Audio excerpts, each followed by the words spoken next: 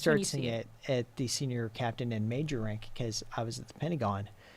And I kept hearing all these years, the military's apolitical. The military's apolitical. We are all apolitical. And I'm there, and I'd written the piece about Bo Bergdahl that went viral with the Baltimore Sun, saying here's a soldier's perspective on how this should have been handled and why the Army should have never allowed this false narrative to get out. And I'm kind of getting called in on the carpet about it. And one of the explanations I got was, look, these are all political issues, and we don't talk about these issues without talking to the people who deal with Congress and talking to the people who deal with that office and that office and that office. And I thought, hang on, I was always told the military is apolitical. I'm just a soldier who is pointing out where we had an ethical lapse with regard to what narrative we allowed to get out and saying we could do better.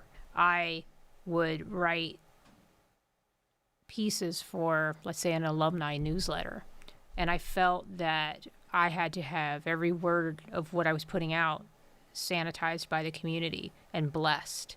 I started feeling, when I started my blog in 2014, that there were people who didn't want me to be as active on social media as I was. I at that point, I wasn't really even taking on political issues. My stuff was more about introspection and mental health and just things that I was feeling inside that I wanted to share.